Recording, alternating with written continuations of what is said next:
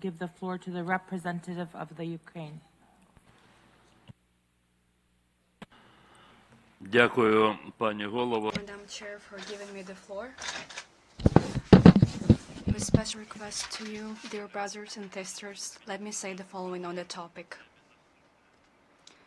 The creation of an equitable international financial architecture is essential for the present and future of the world's indigenous peoples, but we must realize that the creation of an equitable international financial architecture is impossible if UN member states disregard the rights of indigenous peoples.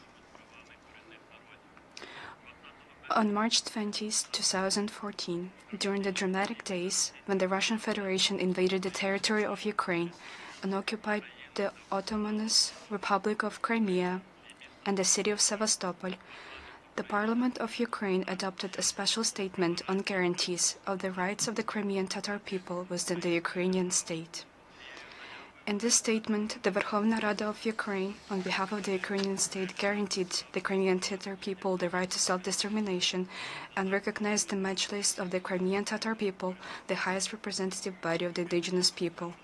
In 2021, Ukraine adopted the law on indigenous people of Ukraine, according to which the indigenous peoples of Ukraine are the Crimean Tatars, Karaites, and Krimchaks, who have been formed over the centuries on the territory of Crimea, which is an integral part of the Ukrainian state. However, the Russian occupation of Crimea deprives the Ukrainian state of the opportunity to fully implement this law, as well as to implement other measures. Russia's policy in the occupied Crimea is aimed at ousting the indigenous people from the peninsula. Priceless Crimean land, which has belonged to the indigenous Crimean Tatar people for centuries, is being distributed to Russian army personnel participating in the criminal war waged by Russia against Ukraine.